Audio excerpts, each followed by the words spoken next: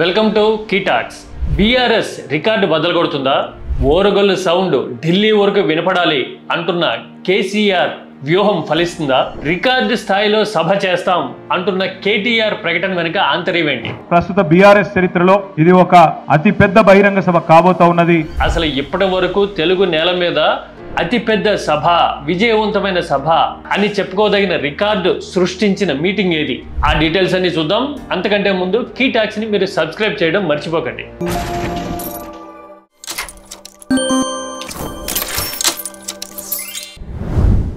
రజతోత్సవ సంబరాల్ని ఊరు వాడ హోరెత్తిపోయేలా చేయాలన్నది టీఆర్ఎస్ వ్యూహంగా కనిపిస్తోంది. పూర్తి స్థాయిలో ఉత్తేజితమయ్యామని, పుంజుకున్నామని, గల్లీ నుంచి హైదరాబాద్ వరకు అన్ని చోట్ల యాక్టివేట్ అయి కదం తొక్కుతున్నాము అని రజతోత్సవ సభ వేదిక సాక్షిగా చాటాలన్నది కేసీఆర్ వ్యూహంగా కనపడుతోంది. 25 ఏళ్ల సంబరమే కాదు, ఊహించని ఓటమి తరువాత డీలా పడిన ఛాయల నుంచి ఇప్పుడు పూర్తిగా బయటకు వచ్చాము అని చెప్పడం ఒక ఉద్దేశం అయితే, ఇది టీఆర్ఎస్ సత్తా, ఇది కేసీఆర్ చరిష్మా అని తెలంగాణలోనే కాదు దేశవ్యాప్తంగా మాట్లాడుకునేలా సభ చేయాలి అనేది బీఆర్ఎస్ వ్యూహంగా కనిపిస్తోంది. అంతవరకు సరే. అయితే ఇప్పటి వరకు దేశం ఆశ్చర్యపోవడమో లేదంటే భారీ స్థాయిలో జనం రావడమో జరిగిన సభ ఏదుంది తెలుగు నేల మీద అని హిస్టరీ తిరిగేస్తే 16 ఏళ్ల నాటి ఒక సభ గుర్తొస్తుంది. అప్పట్లో 2009 ఎన్నికలకి 5-6 నెలల ముందు యువగర్జన పేరుతో టీడీపీ భారీ సభ నిర్వహించింది. ఉమ్మడి రాష్ట్రంలో నలుమూలల నుంచి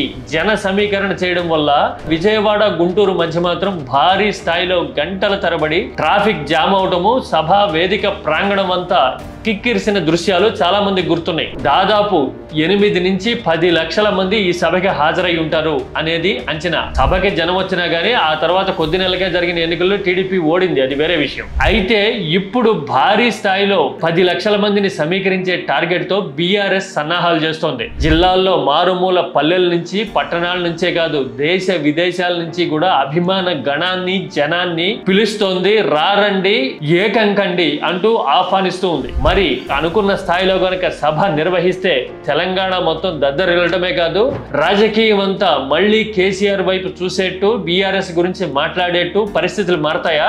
మీరేమంటారు? వరంగల్ కోసం చేస్తున్న సన్నాహాల మీద మీ అభిప్రాయం ఏంటి? కామెంట్లో చెప్పండి. Don't forget to subscribe key talks.